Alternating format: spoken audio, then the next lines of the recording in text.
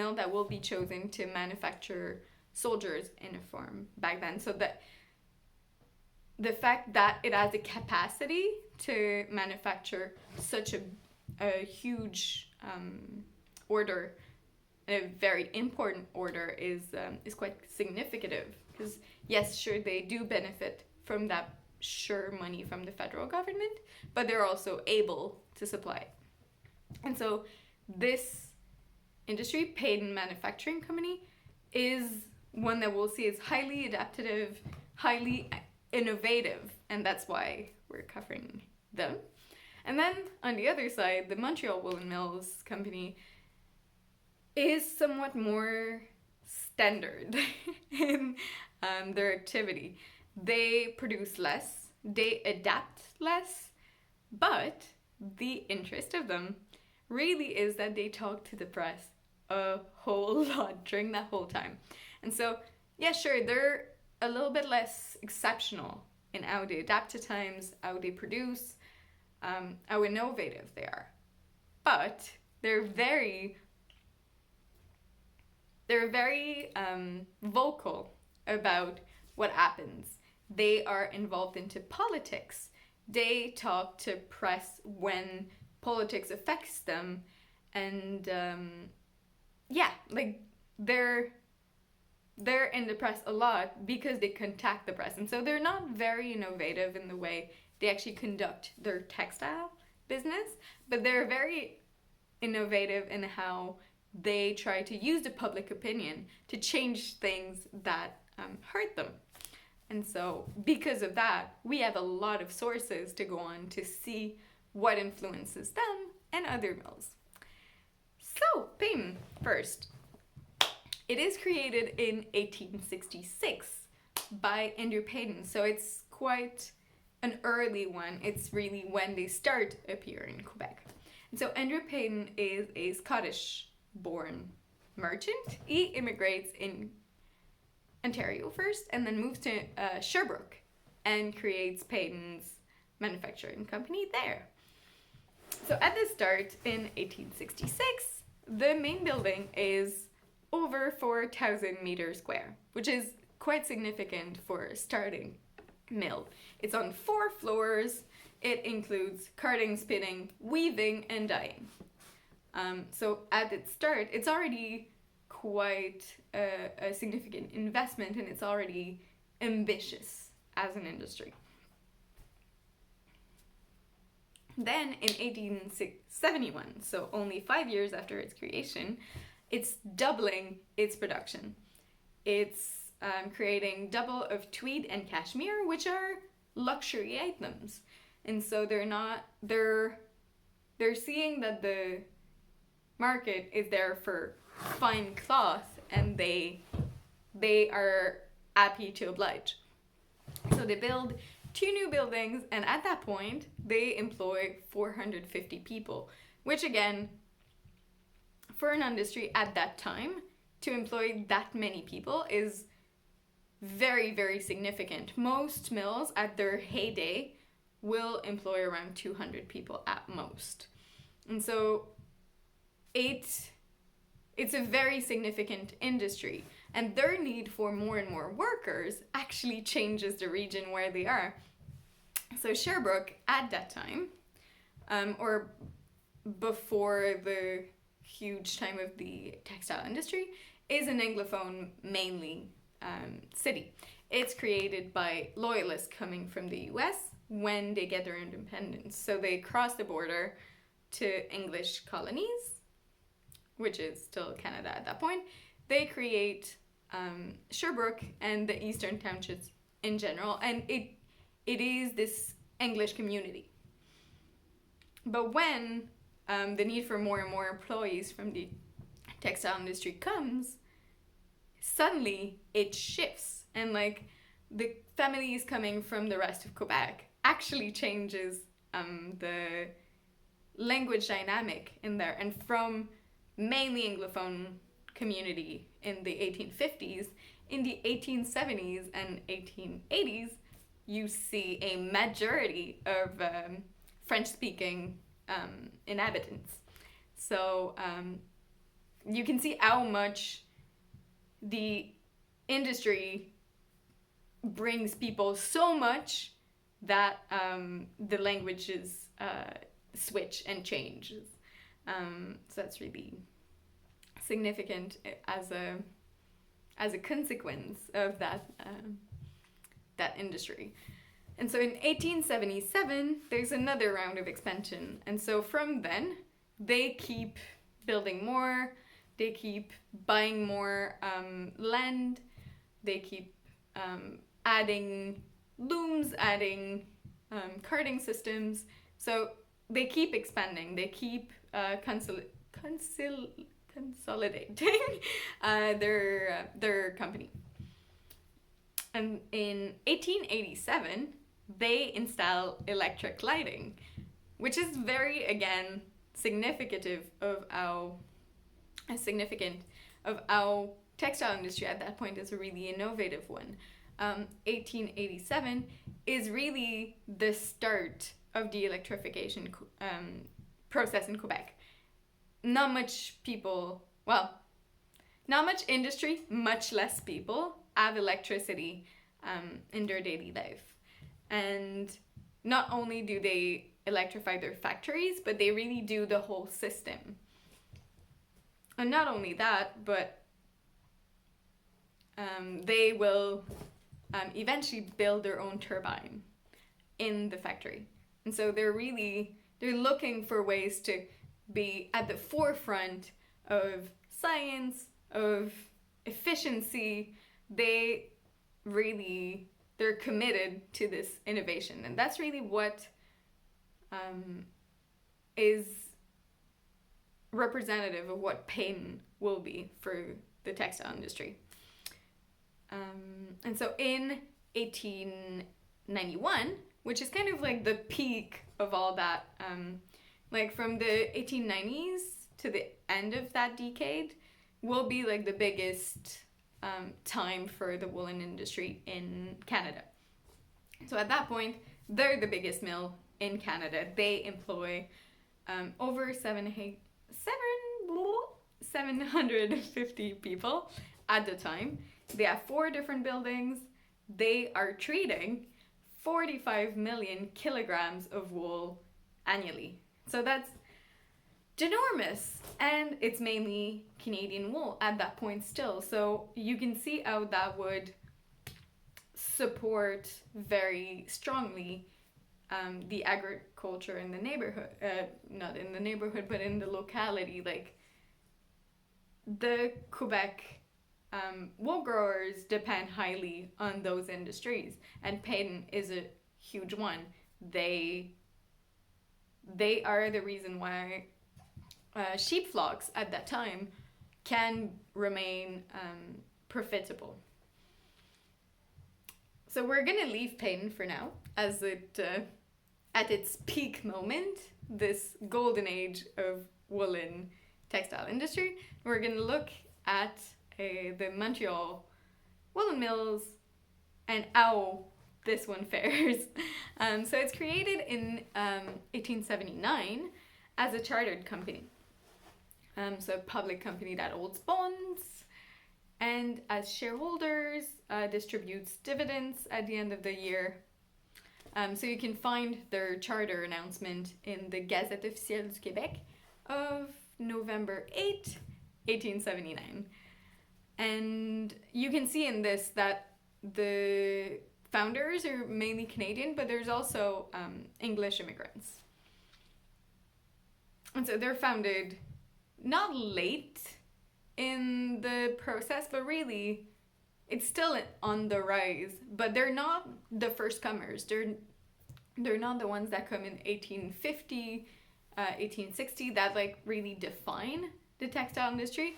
They're the ones that see it rising, see it do it so well, and they're like, oh, I want a piece of the pie too. I want to make money from this.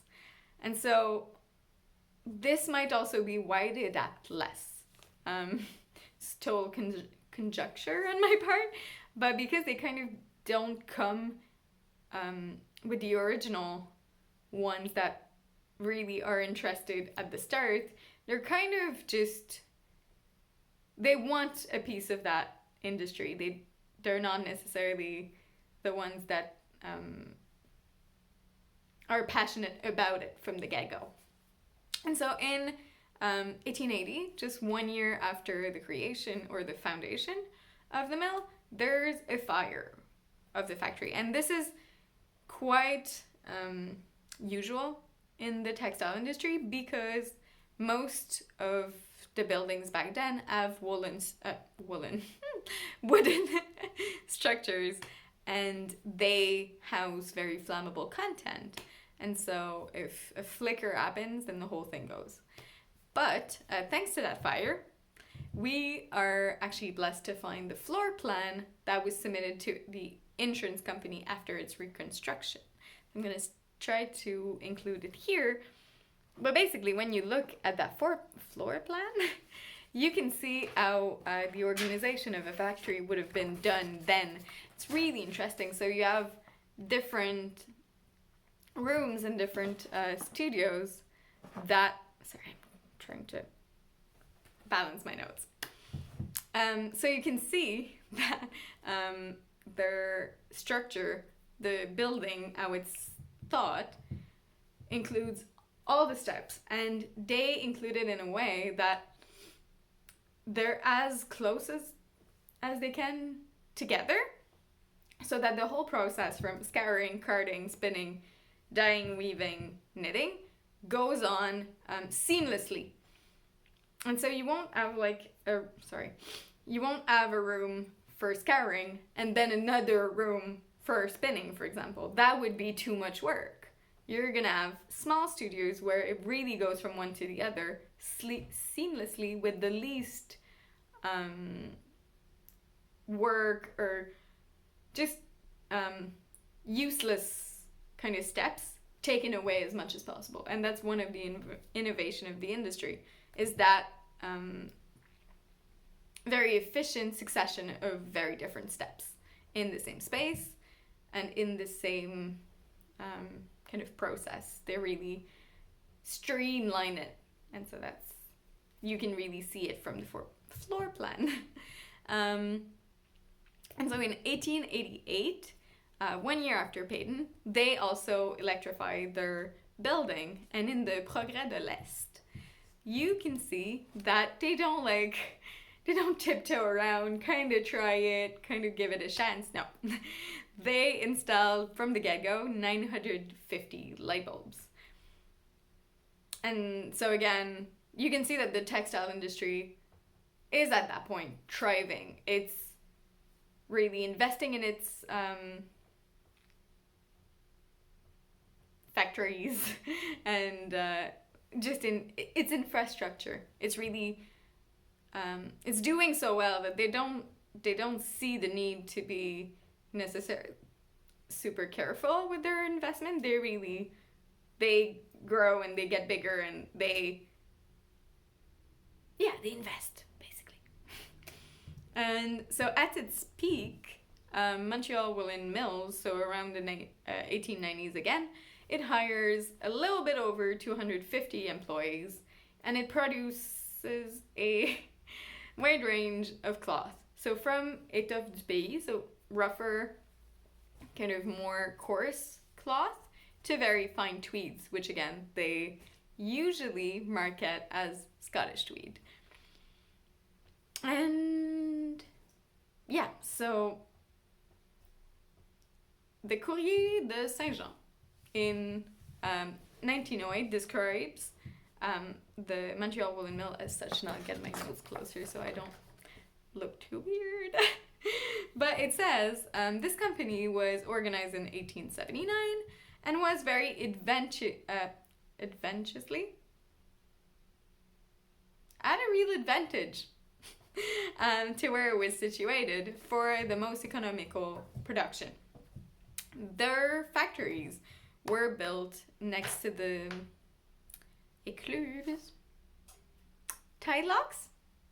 Next to the tide lock Saint-Gabriel, all the machinery was operated through hydraulic power. So again, mechanic water power applied directly to machinery. They were making all sorts of cloth, from the coarser to the finest. Wool covers beavers, which I'm not familiar with. The machinery installation was complete. There was 6 series of carding machines, 69 big looms, 3,108 spinning wheels, and a dye house. They were employing over 250 employees. So you can see that it's quite a big industry. Like, it's not on the scale of Peyton, but it's still something that's significant, and the press there really feels the need to say it, to mention that it is a big factory. It's a big force in, I don't know, the region. And so not only does it have quite a significant infrastructure, it also employs, again, a lot of people around, but it also hires foreign skilled worker, namely from England.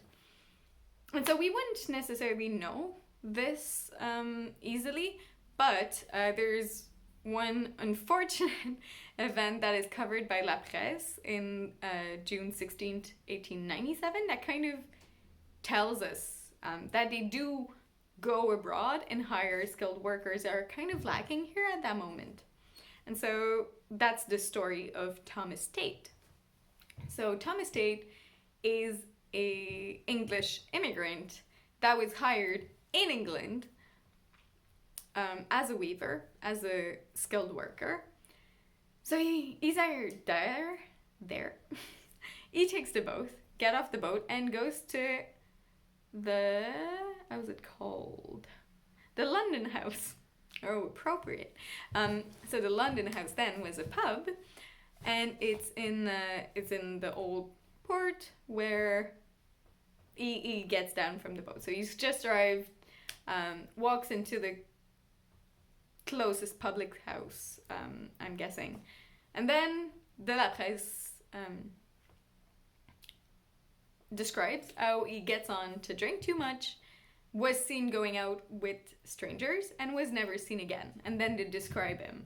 They describe him as a 45-ish year old man of medium height, wearing a mustache and those. In French they're called favoris. I don't remember how they're called in English. Sideburns. So wearing a mustache and sideburns. But as you can tell, that's not much of a description to go on. But from that, you can see that they were going abroad. They were hiring skilled workers. They were really trying to, again, invest in what they could do. The more skilled workers you have, the more you're able to have a flourishing industry. And so that's the peak of the industry. From 1890 to 1897, exactly, that's the peak. That's the golden age of the textile industry. Not of the textile industry, of the woolen textile industry in Quebec. Great period. But then what happens in 1897 is the Fielding Tariff. And so the Fielding Tariff is going to be a really big point of contention for like about 40 years after that. And so it is a preferential imperial tariff. What it does is that basically it encourages the import of British and Commonwealth, actually, country goods in Canada. So they give a very, very preferential custom fee to them so that it would cost very, very little to get them in the country. This, of course, includes fleeces and goods, and so Commonwealth includes, of course, Great Britain, but also Australia. And so those two countries are very big wool producer even back then, and that's gonna bring in a competition that a lot of people see as unfair. And so you can see in the debates of the House of Commons, when this is first proposed, a lot of discontent and of, and comments on it. So the first one is Mr. Foster, who comments on May 16th in the Answers. He says, and I'm going to read, so sorry. Is it a light thing that in this year of grace, 1897, men who have declared through the mouthpiece of their leader that they are liberals of the old English school should propose to shear, wink wink, to shear this parliament of one of its greatest and best rights, the right of saying what shall be the tax leviated on its people, and what shall be the revenues that this country shall derive, from which to pay its public expenditure. And so he says, well, really? You're just going to give away our right to take customs from those goods? And that's a fair point. They're basically saying that they won't raise money for the government on those imports. So that's very significant. You're getting less money for the state, but also, and as Russ Robertson underlines when he says, I rise just to say a word or two, because I feel that a preferential duty on British goods is a direct violation of the principle of protection. I would certainly not give. Indeed, I am most unwilling, unless for a very material consideration, any advantage to either the workmen or the manufacturers of Great Britain. I am not willing. On the contrary, I am most unwilling that British manufacturers should have the money that Canadian manufacturers need. And so, again, this is twofold. Government has less money, so less taxes, but also, because less taxes raised on those, their market price is much better. And so the competition is higher with Canadian goods, Canadian woolen mill cloth, and Canadian wool growers. And that already, as it is proposed, raises a lot of concern. People do see that allowing those to come in is dangerous for Canadian industry. And every time there's a re-election going on, so this is 1897, but we're going to see it rise a lot again in the press in 1903-04, and then in 1808, which are the two periods of a re-election that will be the most significant. And again, it's always the same discourse. It's always, what about protection? What about our wool growers? What about our manufacturers? And the reason why this is so important in the press is because the wool industry will be touched more than ours. So at this time, so 1890s to the start of the 20th century, Canada is generally in quite a good place financially. They live a relative period of prosperity. That being said, because of that marketing of Scottish tweed, of English fine cloth that they did in the rise of the industry, particularly on paper, if you look at advertisement about cloth from those Canadian mills, they will never say it's Canadian. They will always say that it's a Scottish tweed, which really they're referring to technique or to design. But there's also this idea that foreign cloth is finer.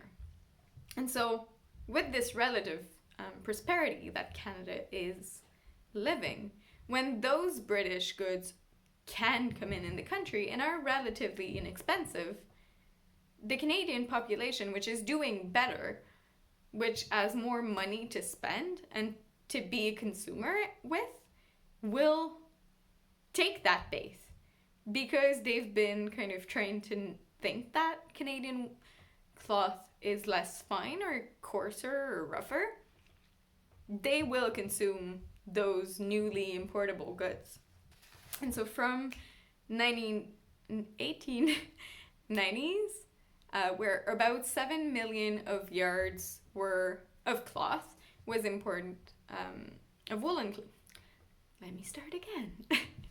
So from the 1890s, where about 7 million of woolen cloth was imported into Canada, so 7 million, in the start of the 20th century, around like 1910, there will be 70 million yards imported annually.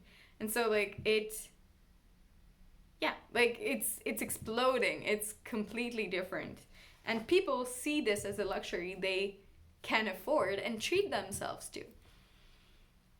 So it's totally understandable that they would go for it. They would go for the finest thing, which is not necessarily more fine in reality, but they've been trained to think that for a long time. And so the woolen industry really suffers from this tariff that's introduced in the 1890, and it will continue to really touch them, namely because the Canadian wool growers will also, so it's not really just the producer of cloth, it's also the fleece producer, the sheep farmers.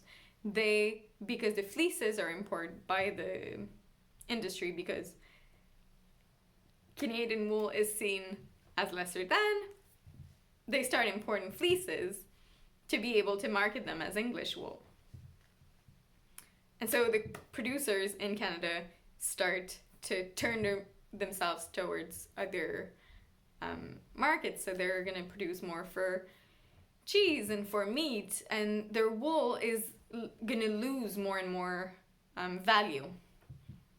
But because this will mean that Canadian wool is less and less available, mills will depend on import more and more, and will not be able to produce in the same rapid, I get that wool easily and locally way. And that's going to be significant too. That's all challenges that the industry will have to rise to. And so press is quite unhappy, or part of the press is quite unhappy with that change. And so in 1803 and 1804, Montreal Woolen Mills declares to the press that it's unable to pay dividends that year. It's not able to pay the shareholders for profits because they don't have any. And they also announced that they're going to close 1 week on 2. And whether that's based on truth on their profit or not, what is significant is that because they're going to the press to announce that, you can really tell that they're really trying to strong arm the government into changing their policies. They very openly blame the tariff, the Fielding tariff, and the Laurier government at that time. They name them, they say they're the cause of their demise, and they're basically kind of saying, well, if you don't help us, all these people will lose their jobs and their means of living. And so that's what they do in 1904. And obviously the press really reacts to that. So you have the press in August 24th of 1904 who publishes that news and says how terrible it is, how a lot of jobs will be gone, how families depend on that. And then you have The Nation in September 3rd of the same year, who says, and I'm translating as I go because this is in French, so sorry if this takes a little bit longer, but the English preference stops the looms of our woolen weavers and forces the Canadian wool growers to sell that wool at a price that will compete with the Australians' farmers. Could we not be still British to the core and give a little bit more protection to our weavers and to our wool growers? And this is really interesting because in 1904, during that re-election campaign, Laurier, which is a prime minister looking to get re-elected at the time, as this saying, "We are British to the core," and it's a way to explain first that tariff, but also to define how Canada sees itself. And so Canada gets its independence in 1867, which is quite, so it's a very, very young country still, and